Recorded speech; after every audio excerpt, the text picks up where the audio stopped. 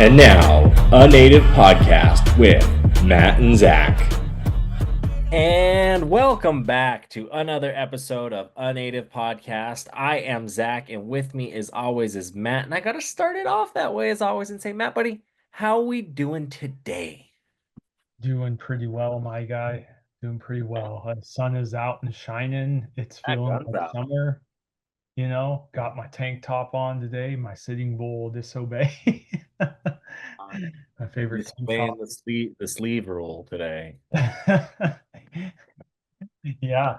Yeah, no, it's feeling like summer vibe. Not quite there, but pretty close. Good. No, good. It's we're there, and that's kind of what's fun about this. Is we record this kind of whenever people, you see the people that they listen to it whenever they want. If they want to listen to one of our episodes, they can listen to whatever one whenever, so they may be listening to this in December, and we appreciate it. But for those of you who are keeping up with us, yeah, no, it is May 28th, 2025. Beautiful sunny day out here in Wolf Point too, right on the Fort Peck Reservation. It's a nice, beautiful, hot, nice summer day. Had to work on the sprinklers this morning.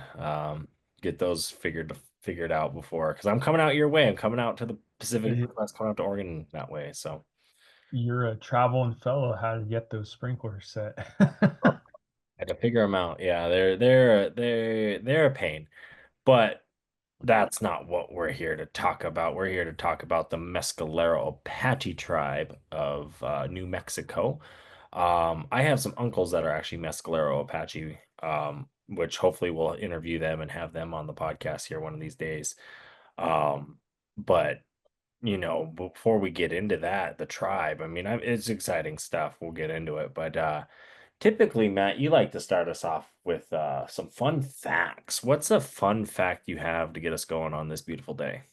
Yeah, this one is more of a recent news with the tribe that happened this year, early this year, a few months back. There was actually a Mescalero Apache tribal member who was questioned by ICE Saw that. in a grocery store in Ruidoso, New Mexico, and just kind of researching the tribe, I came across this, and it was an interview, short interview with the tribal president, just saying like this we were not expecting this. We were expecting, some changes with the administration, but it's Not our just like people. being questioned like that. And she's like, Yeah. yeah, native, and just because we're brown, doesn't mean you just start questioning people. Well, and if you look at some of the legislation about that, it's kind of scary because they're trying to give a lot of immunities to the Border Patrol agents. So when they do start going after some of these tribal citizens and even American citizens, it's going to be interesting and scary because they're trying to give the Border Patrol immunity. And it's like, well, you're wrongfully doing this. Like, Right, oh, I, right. I don't know. I mean, I don't get that. I don't get how like certain jobs like that, to me, it's like you fucked up. You shouldn't be a Border Patrol agent. You're not good at your job. You got it wrong, you know? But Oh, that's crazy. well, when you think of geographically where they're located, like those southern New Mexico, Arizona tribes are going to be more prone, I think, than other areas to be Oh, yeah. questioned with that.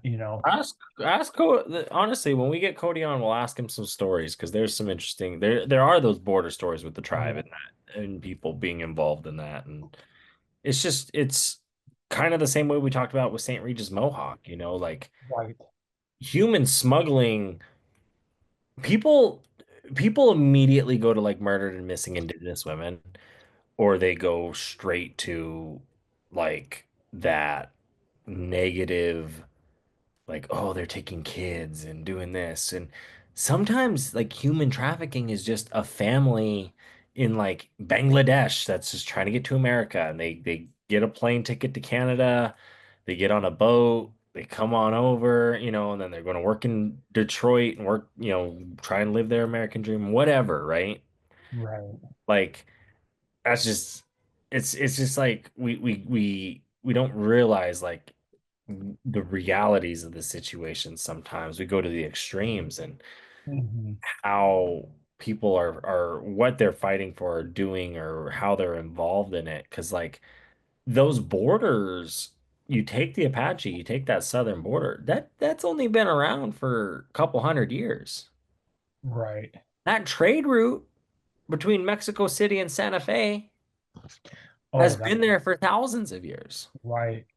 Well, what you're referring to there was what the silver turquoise trails of the Mexico City, Santa Fe. Just the, any you pull up any ancient map of the Americas and you look at the trade routes. I mean, you look at I-25 and how it goes up the north, straight up the eastern corridor of the Rocky Mountains, right? Or the front, right The there. fine. And how many natives, probably the Plains natives, walked a line straight down on their horses or, with their dogs back in the day, Mhm. whenever it may have been, those nomadic people doing that, right? That's why we still do it with our highways and boardwalks and things in these places like Pompey's Pillar. The boardwalk was built over the place everyone just climbed up to go see where Clark signed his name. Like, I don't know. I mean, we over complicate things in my opinion and try and mystify them, I think, a little too hard when we forget about like the realities of the situation is like we were connected. These places were connected. These indigenous networks were there. They were established, and we come from that. So there's a sense that that's still there. Right. Yeah. Right. And yeah, we're just using it in a modern way in those same routes, right? I mean, we're not necessarily along the river. Yeah. We're in the same river valley. Yep. The road can't go at a night. We've designed our roads so cars going 80 miles an hour versus hiking versus horseback versus ox and wagon, right? Like every time it just slowly changed and upgraded. Right. Think Right. of think of the old highways even that like so when you're in Newburgh there, when you get off 99 and there's that weird little like road that kind of Oh, yeah, yeah, on yeah. yeah, like Yep. that's old 99. Right. So, like, think of like that was designed for cars to go 50 miles an hour as like the max. So when Oh, you're doing a curve, now they bank the curve so you can go 70 miles an hour around that curve safely. Like that's why interstates are different than highways and they can last longer and the deterioration of them and there's so much more to it that than just like throw asphalt down on the road. But right. No, and exactly. that's I mean that's society, that's people, and they do it with human like us natives, and we're humans, and we'll see that a little bit today. But Did you first want we'll get me to pull up a map first or what? yeah, no, that works Map? perfect for me. I like kind of seeing where we're at, seeing where we're going in the world. Um, Okay. Let's seeing, see this here seeing because this is Mescalero, this Apache. is a simple but very accurate and good map that shows kind of not just it shows all the Apache kind of areas down No, there. that is good, and people do have that um differentiate, like, oh, what's Apache, what's Cherokee, right? Like there are different Apaches even within the larger, like not just Right. No, exactly. Yeah, well, it's like the Sioux Nation. It's like the Chippewa. It's like there's bands of the larger, and this one lived here, and this one lived here. And so here, this is really interesting. And as we know, we talked about borders and stuff. Well, the Chiricahua and Mescaleros had lands in northern Mexico a little bit there too. And this was before the damn border, And so Well, because it wasn't necessarily a straight line like that. It's the mountain valleys or the ridges or the lakes or the rivers that really make these lines. Right, right. Yeah, the Western Apaches here, you see those two reservations today, White Mountain and San Carlos in Arizona. They're more in the mountains there. The Jicarillas are kind of more in the mountains in northern New Mexico too. You see they're kind of out in the plainsier part here. Well, Desert. and like it's crazy is like I was talking to Jared today about where the Jicarilla Apache got relocated to. Mhm. That's over by Chama. And Yeah. I love Chama. Like I told you, like we had a cabin there growing up, being able to like be in that area. It makes sense that there was like a tribal group there. You know what I mean? Like it Right. makes sense that they were there. The Jicarillas were there. Oh, it's beautiful up there. Oh, dude, it's It's I beautiful. I'm And I'm thinking this fall I'm going to try and push myself down there. So oh, nice. Yeah. No, you've been wanting to go back to New Mexico. You've really been. Yeah, I know. explore it. Yeah. Yeah, I know you guys grew up there as kids to several years. So, Well, and that's where I mean, yeah, my grandpa worked in at Mescalero schools. He was a superintendent down there. yeah. No, you know what's funny? Now I've been to New Mexico myself about 4 times, and I people talk crap about Albuquerque and I've always enjoyed myself every time I've been down there. It's a good time, and it's I think it's the crime in the desert. That's it's if you can look at Yeah. it, but like it's I think what it is like you have the crime in bigger cities, and Albuquerque's not necessarily it's a big city, but it's not like millions of people where Yeah. like like Portland even. It's more So like a Spokane size almost, in my opinion. Like it's like in that category. exactly. And that's kind of I mean it's close it's proximity to the border, and then the drug issues that America has had, that ties Right. into that. And then you bring the reservations into that matter too, and how they've used the reservations to move drugs, and because you can, and that's a bigger story for a different for a different Well, day. and this is interesting because you said something earlier in the conversation, and look at where the Chiricahua, Mescalero, and kind of Pueblo territory bisect at the lines. That's where Albuquerque is. Right. Well, I mean, that's the highways. that's the gap in the Sandia Mountains right there. Yep. That's the valleys. That's the Rio Grande River, right? That's all that those crossroads, right? Take Billings, Montana, right? You're that crossroads to go north and south and east and west, right? You're going to follow the Yellowstone on the Bozeman Trail, or you're going to go down to Sheridan and down to Denver, down to Albuquerque, right? You go like down the front. Um, Exactly. I mean, but and that's exactly it. And we were here. We were controlling these trade routes in these areas um in different ways. And I think that that's the other thing is our trade routes back then, like we didn't need to work to have so much money because we didn't need that many things. We would go, okay, you're hungry today? Let's go shoot a deer. Hmm. Oh, we shot a deer. Okay, well, I broke a couple arrowheads. Let's go get some rock. I don't have some obsidian on me or no one near me. Let's go trade for it. Oh, well, let's give them some of the meat that we got. Maybe they'll give us some obsidian. We'll make some arrowheads. That deer will last us a couple days. Shit, let's shoot that goat. That, yeah, I don't know. Well, and you think about the Apache and a lot of and the Apaches really they were strong fighters to fight. You think about this lands where Mescalero, their reservations in their mountains there. It's like they fought for that because Oh, it's and like they did. desert around. Well, and Geronimo, right? He was Mescalero. Yeah. No, And Chiricahua. Chiricahua. oh, he was Chiricahua. Yeah, yeah, yeah. Yeah. Okay.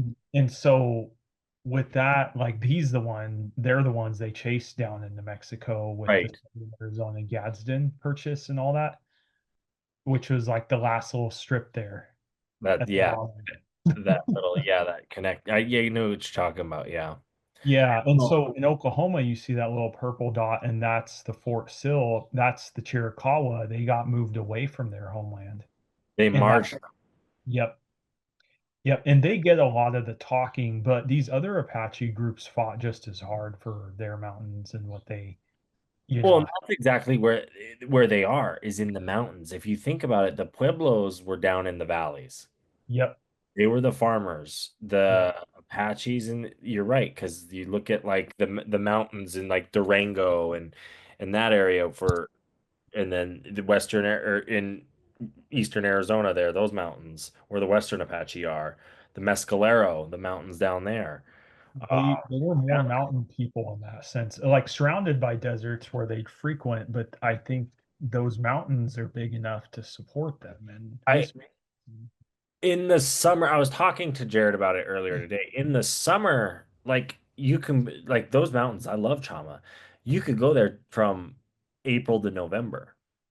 yeah, December, January, February, yeah, there's going to be some snow, but it'll warm up because you're south. You're southern enough. yeah. Have the elevation to get the snow, you'll get the snow. You have the wild, the berries, the fruits, everything that the mountains provide, right? Well, and there's summers, like if you're high up in those mountains, the heat's more like in the 80s. Like it's actually not bad. Beautiful. Like, when you're up high in it. I loved it going to Chama. I mean, even Albuquerque, man. Albuquerque's beautiful, like you said. Like we went up into the Sandias, Oh yeah. definitely. It's New Mexico is beautiful. And It's it's a real cool it place. really is. And now we'd like to take the time to pause and take you to music on a native podcast. This week, Apache, the Mescalero Trail by Murphy Casasa, Patsy Casador from the album of Traditional Voices, historic recordings of Native American music.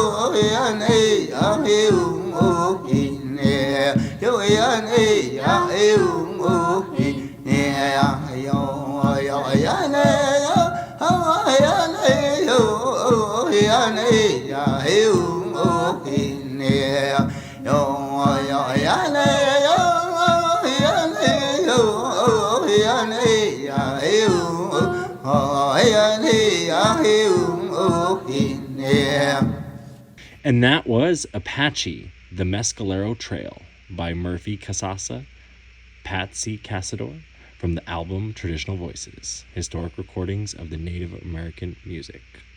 Now, back to Matt and Zach. Fine. I'm going to get into when you go straight to the Mescalero Apache tribe, right? Their website, they have their own history. They have their own tribal history page, which is good. I mean, it's the people themselves talking about themselves, right? So I'll get into that. Their tribal history. Hundreds of years ago, before white man came to this land, these mountains, plains, and deserts belong to the Mescalero Apaches. No other Native Americans in the Southwest caused the terror and constant fear in the settlers as the Apaches did throughout their existence. They raided Spanish, Mexican, and American settlers and were known to be expert guerrilla fighters who defended their homelands. The Mescalero were essentially nomadic hunters and warriors dwelling at one place for a temporary time in brush shelters known as wickiups, short round dwellings, made of twigs or teepee made of elk hides or buffalo hides. The Mescalero roam freely throughout the Southwest, including Texas, Arizona, uh, Chihuahua, Mexico, and Sonora, Mexico. Today, the three sub-tribes, Mescalero, Liapan, and the Chicaraqua, make up the Mescalero Apache tribe. We live on this reservation of 463,000 acres of what was once the heartland of our people's Aboriginal homelands. Reservation history. The Mescalero Apache Reservation, long recognized by the Spanish, Mexican, and American treaties, right? There's three nations right there. Just saying. Formally established by the executive order of President Ulysses S. Grant on May 29th, 1873, Mescaleros on the reservation numbered about 400 when the reservation was established more than 100 years ago. Survivors of the Liapan Apaches, a tribe which suffered heavily in the Texas Wars, were brought from northern Chihuahua, Mexico in about 1903. In 1913, approximately 200 members of the Chicaraqua Band of Apaches came to the reservation. They had been held prisoner at Fort Sill, Oklahoma since the capture of the famed Apache Geronimo in 1886. All became members of the Mescalero Apache tribe. See, that's where I was confused with him. I knew he was tied to They kind of moved them around yeah. together, the different groups a little bit, it seems. And they became members. The band that was with him. Oh, I see. The band that was with him became members of the Mescalero Apache tribe when it was reorganized under the provisions of the Oh, 1934 Reorganization Act. And I think that's where Cody and Ray do have some Geronimo. I think they are related to him. they're tied in somehow. Yeah. Today's Mescalero Apache tribe was governed by a council of 8 members with an elected president and vice president. Each official is chosen for a 2-year term by secretary ballot. Authority and responsibilities of the tribal government are defined in the Constitution of the Mescalero Apache tribe as revised January 12, 1965. Early Apache warriors and chiefs. Geronimo was a peasant born in New Mexico at the headwaters of the Gila River. Geronimo was the last warrior fighting for the right? Hickoria? How do you say that? Or Uh, the which one? Chiricahua? Chiricahua. Chiricahua Apache. He became famous for standing up against the U.S. government and holding out the longest. He was a great spiritual leader and medicine man. Geronimo was highly sought by Apache chiefs for his wisdom. He said to have the supernatural powers. Geronimo could see the future and walk without creating footprints. He could keep the dawn from rising to protect his people. Geronimo's final surrender in 1886 was the last significant Apache guerrilla action in the United States. At surrender, his group consisted of only 16 warriors, 12 women, and 6 children. Following his surrender, Geronimo and 300 of his fellow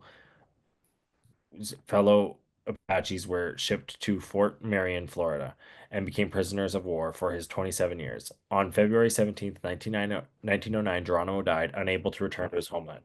He is buried at the Apache Cemetery in Fort Sill, Oklahoma. His descendants reside on the Mescalero Apache Reservation today. Mangas Coloradas was a Chiricahua chief and natural leader because of his intelligence and size, unusually tall. He was over 6 feet in height. Mangas united the Apache tribes and led them in a successful war of revenge and cleared the New Mexico area of white settlers. When the Americans took possession of New Mexico in 1846, he defended Apache Pass against General James A. Carleton, California column, leading his warriors in a continuous warfare until 1862. He was killed by Union soldiers at Fort McLean. Today, his descendants reside on the Mescalero Apache Reservation. Victorio was a Chiricahua chief of the Warm Springs Apaches. When his people were removed from their ancestral homeland to the desolate reservation at San Carlos, Arizona, Victorio bolted from Mexico with a group of followers. He and his people terrorized the border country with continual raids.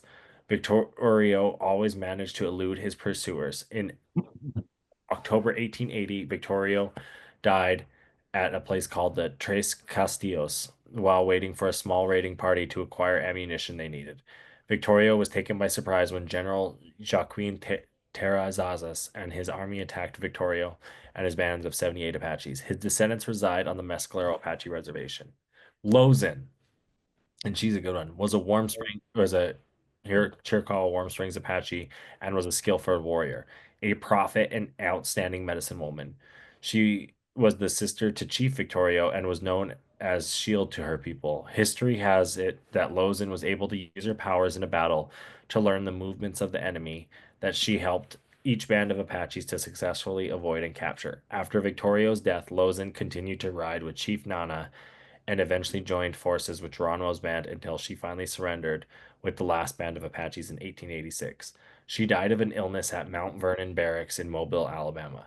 Today, Lozen's descendants reside on the Mescalero Apache Reservation. Cochise was born in present-day Arizona. Cochise led the Chiricahua Band of Apache during a period of violent social upheaval in the 1850, and the United States took control over the territory that today comprises Arizona and New Mexico. Not hostile to the white settlers at first, he kept the peace.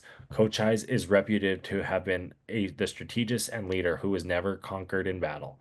For 10 years, Cochise and his warriors fought with white settlers. Cochise surrendered to U.S. troops in 1871. Upon his death, he was secretly buried somewhere in or near his impregnable fortress in Dragoon Mountains.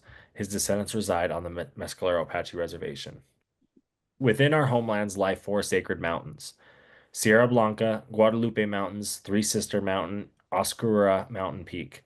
These four mountains represent the direction of everyday life for our Apache people. Our grandparents would often speak of the place called White Mountain. It was there that the Creator gave us life, and it was a special place. It was on White Mountain, according to legend, that white painted woman gave birth to two sons, child of water and killer of enemies. They were born during a turbulent rainstorm when thunder and lightning came from the sky. Giant monsters who wanted to kill them feared White Painted Woman and her sons, whom she raised to be brave and skilled. When they grew up to be men, they rose and killed the monsters of the earth. There was peace, and all human beings were saved. Apache warriors hunted buffalo on the grassy plains. They hunted antelope on the prairies and deer in the mountains. They killed only what they needed for their immediate use. Their weapons were simple, but the men were swift and cunning hunters. The Apache women were skillful providers and could find water where others would die of thirst. They prepared meat and skins brought home by the men. While the men hunted, the women gathered wild plant food, nuts, seeds. They picked fruit and berries, dug roots, harvested plants. Apache people gathered the sweet fruit of the broad-leafed yucca and pounded its roots in water to make suds for shampoo. The Apache women prepared staple food from the heart of the mescal plant. That is why the Spanish call the people Mescalero, the people who eat mescal. Apaches people were kind to their children. They taught them good manners, kindness, fortitude, and obedience. The children would play games that improved their dexterity. Traditional Apache religion was based on the belief in the supernatural and the power of nature. Nature explained everything in life for the Apache people. White painted women gave our people the virtues of pleasant life and longevity. Apache religion, expressed in poetic terms, has passed from generation to generation. This is the background and heritage for the people of the Mescalero Apaches. So Yeah, because what I was looking at some stuff too where it said Mescalero / Chiricahua because there's some Chiricahua. it sounds like that's a big connection, Yeah. which is new to me reading about it. Yeah, But it makes sense when they talk about how people set up the reservation, and then the fact that the Apaches were a lot more connected. right, right. And I see, and after being in the Southwest, you see how those like they're called like island mountain ranges, like you could describe that as there. You could see how they go back up into those when they're being pursued, and it's like the Spanish or Mexicans or whoever, they don't know that territory. Um, They don't know every creek and hill and you know, it's their Valley. stronghold. Yeah. No, that's exactly it. I mean, it's those mountain, and that's kind of where each one of these Apaches are, is in those areas. Those island and then the elk, they're just so, concentrated. They're known for it down there. And you go out. That's what the thing is like, and then come winter time, we come out onto the desert, out into these areas. Like, think of is it the yucca that blooms in December, or there's some desert plants that bloom in the winter, and I it's like, think it is the yucca. you know what I mean? Like, it's like you Right. have plants that bloom when you come out, like. Well, you mentioned the cactus, and you can't mention the mescaleros without talking about the mescal cactus. And like, there's stories of when Geronimo's band and the stuff was being pursued into Mexico when Right. there's only what you said 16 of them left, Right. and they survived off of eating the cactus. They knew they, I mean, I wouldn't, And I it- wouldn't even act like they survived, right? They just lived because that was part of, like, they knew how to live off the land. Oh, but I mean, like when they're being chased, like Yeah. there's stories of like they lived off of it, and the military was like they're just surviving on this cactus and they're fine when they needed to, you know. I mean, they knew how. Yeah. They knew I could go into the desert and live. For a European, that's hard to Right, comprehend. right. Well, and they don't know that cactus you're getting nutrients and water in the same source, like because it's food too, it's fiber, you know. Yeah, and if they're very, then that's water. Like It's you, water, yeah. well, no, it's, It's so, yeah, Mescalero. but even the meth, they knew how to make soap. That's interesting to make suds in water. Oh, this helps clean off stuff Right. better. Ah, get the suds. Yeah, Antelope, deer, and elk. That makes sense for that area too. Those three. right. No, Yeah. and right there. And Well, and some of them went out east to the plains a bit and did some buffalo, you know, from what we've learned. And, you oh know, yeah, I mean, you take modern day, right? Like even here, they say understanding our culture. In the Apache way of life, there is a belief that a dark side of life is present as well as a light side. In the dark side of life, there is misery and nothing progresses for the Apache. Here, in the light of the life, there is happiness, a world God created of peace and harmony. In this world of peace and harmony, everything progresses for our people. Our tribal enterprises include Inn of the Mountain Gods Resort, casino, and ski. Apache are the industries that provide for our people. These enterprises are also contribute to the economy of the surrounding area of the Southwest. Therefore, we ask our friends and visitors to respect our Apache way of life. Snakes. Do not enter the reservation with snakes or any product made of snake skin or any part of the animal. The oh, Apache do not communicate with this animal. It is considered a bad omen to have contact with a snake. Bears. The bear is an animal of the Apache do not have contact with because bears are highly respected. Never touch a bear, waste its mm, materials, footprints, bedding area, or anything the bear has touched. Do not call him by his name. The Apache people refer to him as my grandfather or my uncle. If you cross paths with the bear, tell him to go into the dense forest where he lives, where no other entities set foot. Do not enter the reservation with the following: bearskin hides, claws, or teeth. Owls. The owl is a night creature, and the Apache people do not have contact with this animal. Avoid having a night owl near you. It is considered a bad omen if an owl hoots near you day or night. wow. Respect for the Apache elders. Apache elderly people are highly respected. They have earned the right to be known as elderly. The elderly preserve traditions, cultures, values, and morals for the Mescalero Apache tribe. Here are some of the examples of how an individual should approach the Apache elderly in everyday life. These examples are practiced even by the youngest generations and the middle aged today on the reservation. Staring.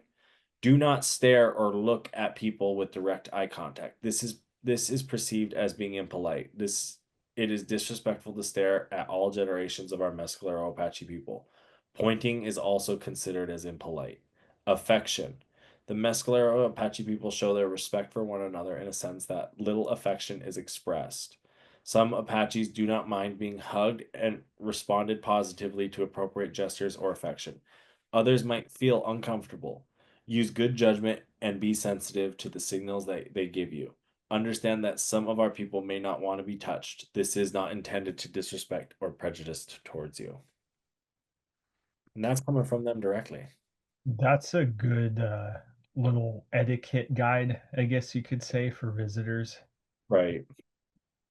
Um, Just to give people who are coming to the tribe. And that's why I say, I mean, if you're interested in the tribe, and that's kind of what these episodes Avatar's 101. Go to the website first. Yep. You know, go figure that out. You know, go learn from the people. They'll tell you about themselves. You know, um, it was, the reservation. Um, like you said, was small number of people. It was started back in the day. Um, but now, I mean, they have what, 4,000 members living on the reservation, I believe. Yeah, yeah, I saw that. And it says here the reservation is about 463,000 acres or about 1,200 square miles. And that's big. I mean, that's Yeah. good. They're governed by a council of 8 elected members with a president and vice president. Each official is chosen for a 2-year term by secret ballot. Mm. So I mean, and that's how they had it in 1965. I've heard mixed bag things about stuff like that, because then it's like a lot of your council's always up for grab. Right. Things are always changing. How can you do that? There's a coming of age ceremony too that you shared a video with me that I think this would be a good time to share with our viewers. Okay. The 4th of July ceremony is held every year on the first week of July. Indian dances and rodeo will be held each of the 4 days, in addition to the traditional puberty ritual ceremony. Dance of the Apache maidens and dance of the mountain gods. And we'll get into that video now. Beneath White Mountain in New Mexico, the Mescalero Apache Reservation prepares for a coming-of-age ritual. Over the span of 4 days, 13-year-old Dashina Cochise will pass through ancient tests of strength, endurance, and character that will make her a woman. The Mescalero Apache hold the ritual every 4th of July. It's a grueling ordeal intended to prepare girls for the trials of womanhood. When she was a little girl, I knew this is what I wanted to have for her. Dashina's mother, Millette, has spent more than a year preparing for this week of ceremony. Family members and friends will help her feed and care for more than 50 guests. The family's most important task is selecting Dashina's medicine woman. Zelda Yaza will instruct Dashina in the ways of traditional Apache womanhood. 4 ways into the back, open it. The 4-day ceremony encapsulates the Apache creation story. Dashina will move through the stages of life: infant, child, adolescent, woman, culminating in an all-night dance that will test her endurance. The ritual begins with the rising of the morning star. The ceremony requires Dashina to live by strict rules. These 4 days mean little sleep, scant food, and the need to set aside emotion. Throughout the ordeal, she must wear a face of stoic resolve. I feel very excited and happy, even though I can't smile, but I'll try to show it in some way. Before Dashina joins the other girls, she is blessed, dusted with pollen, the symbol of fertility.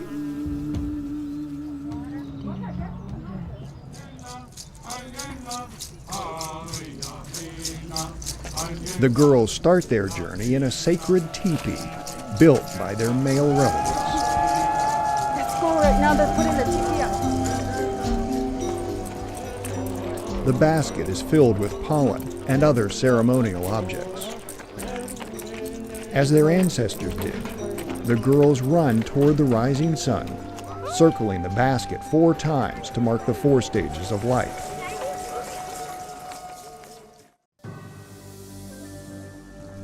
The 4th and final day brings Dashina to the cusp of womanhood. She ascends the hill to pray to the mountain spirits for a long and successful life. With darkness near, it's time to dance beside the ceremonial fire. Dashina and the other girls will dance all night long, much of the time hidden in the big teepee.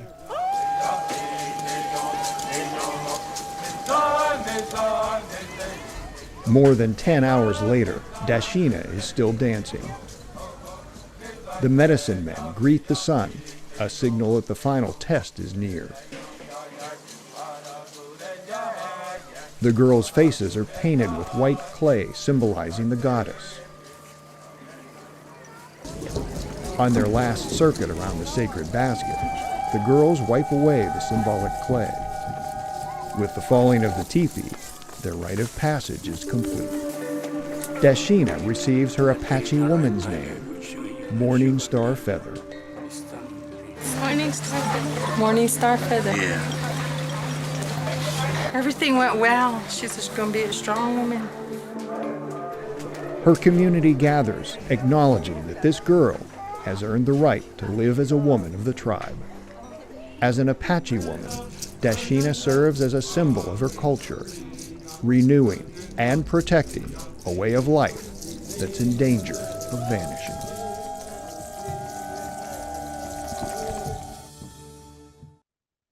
No, it was a good video that you shared with me, Matt.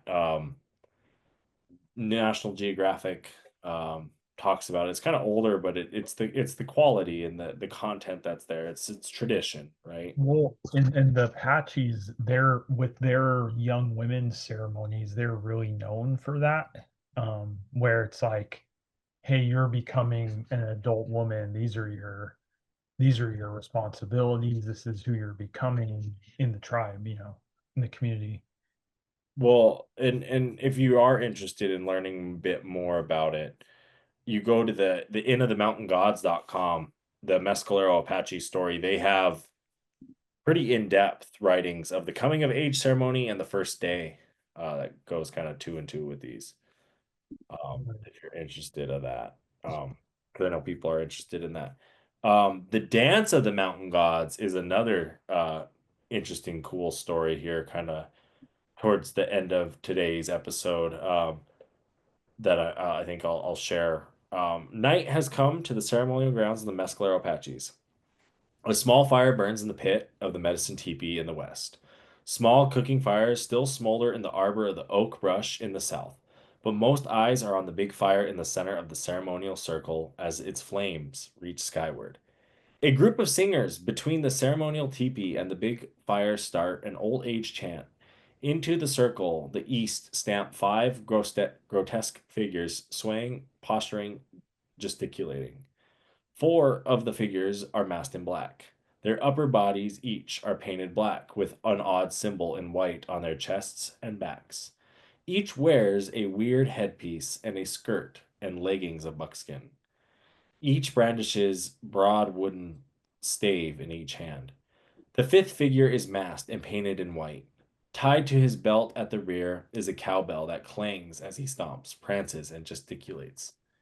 The group of 5 circles the fire. Another group of 5 figures enter the circle, similarly garbed, but with various markings on their bodies and skirts. They are of another clan. They circle the fire, charging into the flames, thrust their staves at each other and the crowd. Then still another clan of 5 stalks in, and wild indeed are the shadows cast as 3 groups compete for the crowd's attention. This is the dance of the mountain gods. To understand it and envision the performance of long ago, to take a long look into the red flames and shadows, picture your mind in the old Apache legend of the first men who ever saw the mountain ghost. As it was told to us in the youth, there were 2 young men. One was crippled and the other was blind. Their band had been attacked and was fleeing from the enemy. For the good of our band, the 2 handicapped men were left in a lonely mountain cave, so that way they would not slow the flight of their tribesmen. Many days and many nights waited for their tribesmen to continue and rescue them, but their food ran out. Their bodies grew gaunt. They came to fear that they had been abandoned, that death could claim them soon. Then one night they huddled in the darkness. They heard strange and frightening sounds outside the cave. The sound became louder and louder. Finally, into the cave stalked 5 strange figures, 4 painted black with white symbols and with strange and mystical headgear, and one painted white. A mysterious light illuminated the cave, silhouetting the figures of the strange intruders. The luminous rays somehow became a bonfire. Around the fire of the ghostly strangers danced, posturing and chanting, calling upon the winds and rains, brandishing their staves against the unseen enemies. The blind man and the crippled man cowered at first against the side of the cave, certain that the ghost had come to them. They were powerful gods who would drive away the evil handicapped them. The gods led the blind man and crippled man from the cave. The white painted god struck a gigantic rick with the stick he carried, and the rock became divided to form a passageway. Through the passageway stepped the blind man and the crippled man. Suddenly, the blind man could see, and the crippled man was no longer lame. Each was clothed in the finest buckskin, and each carried the finest bows and arrows ever found. The mountain gods were done, but the healed men were no longer alone. In the distance, a village of camps became clear. As they drew near the village, they learned it was their own band, recently returned from a long journey. They joined their people and told them the miracle that just occurred. They performed the dance just as the mountain gods had danced. For many generations hence, the Apaches have performed the dance of the mountain gods to drive away sickness and evil, for being good health and fortune. Each year, the dance of the mountain gods is performed nightly during the annual 4th of July Mescalero Apache ceremony. The Ganahi dance, as you will see, is now fun for both dancers and the audience. But look into the fire and the shadows. Imagine yourself lonely and hungry, abandoned in a mountain cave. Then you can understand how the first audience of the two must have felt when they saw the weird dance. A little bit of history for you. Yeah, no, that's a good one. I think that's a good segue into my last thing I had Cool. up here. I'm just going to talk about it briefly, but so you mentioned the hunters and the Apache groups, whether New Mexico or Arizona, are very well known for their guided elk hunting. Oh, yeah.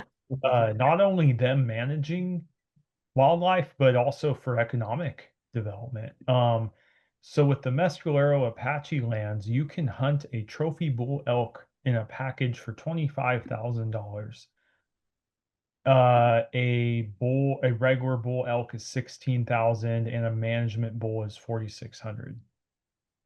They also do bear, turkey, and cow elk hunts as well, which are cheaper. But see, that's also because it's, I mean, more limited. But I mean, you're seeing some tribes even do that with bison. Yeah, yeah, and I think it's a good thing for tribes to not only manage their own lands, but to create opportunities for people who want to come there and hunt an animal, and they're the ones regulating the whole thing. So Well, and it's like you said, it's a tribal economic opportunity in that way, and yeah, growth. And you got to look at what sustainability can you have based on the resources you're given. A lot of tribes, don't have a lot of good resources. yeah. You have the ability to do stuff like that. Oh, exactly. Well, and it can be taken away because we didn't, none of us have, we got deep into the history of Mescalero, but their fires they just had last year around what, June or something. So yeah. Ruidoso, I mean, just how that town was just chewed up. I mean, that's where my grandpa and grandma lived when they lived there. They lived down in Ruidoso. That's how close it's a border town. So when you hear like the stories you hear about Ruidoso, it makes sense because it's like it's not quite on the reservation, but it has that history. Right. And these towns, they carry that baggage. People don't realize it. Like they carry that underlying baggage of how they were set up, these towns, people built these towns and they weren't welcome. Right. Natives they didn't want that. They Yeah. allowed it and then it kept happening. Hmm. Um, but I don't know. I mean, I don't got much more. It was a great episode talking about the Mescalero Apache. Yeah. Well, definitely, like I said, we're your 101. You come here, you learn about the tribe, you learn about a little bit of the histories, you learn about what they got going on, who they are, all of that. and you go and tell a friend and you tell them to come listen to the podcast, but then you go and tell them, hey, I want to learn a little bit more about these dances. I want to learn a bit more about these ceremonies. No, yeah, the Mescaleros are very, very interesting, and they are a little bit kind of by themselves down there. I mean, what are they? A couple hours from Albuquerque and El Paso, kind of in between there a little bit. And out in those mountains, those island mountains in the desert, like you said. And any, I guess, final words, Matt? No, it was good to get back on here. It's been a minute for you and I, and it got me excited and diving back into this research, and we're kind of hit a few regions and coming back to round 2 of the Southwest now with the tribe, and yeah, it'll be interesting when we get to the other Apache groups too, because there's a few others down that way, as you could see from the map there. And that's what's fun about this is we will jump around, we'll learn some things. We'll be like, oh my gosh, remember when we talked about the Mescalero Apache? Well, here, I'm the Chiricahua. I'm sure we'll be talking about Mescalero when we bring up them. So, Yep. which is exciting. Again, everybody, thank you again for listening. Until next time. Bye-bye. I know chiefs, I know riders from the east. I know educated natives down to picket in the streets. Middle fingers to police. Fuck you, we come in peace. I know red-skinned hippies that be giving me the creeps. I know beauty, I know beast. I know savages and freaks. And I know a couple cousins even bougier than me. No, ain't elite. Bougie native, yes indeed. Art exhibit to the club. And we roll it 20 deep. Copper on my neck, gold on my ring, feather on my hat, skin stitched chin, 100 warriors on my back, they be drumming when I sing, man, there ain't no way around it. A Native Podcast is produced by G&G Advertising and Quartz Lake Productions.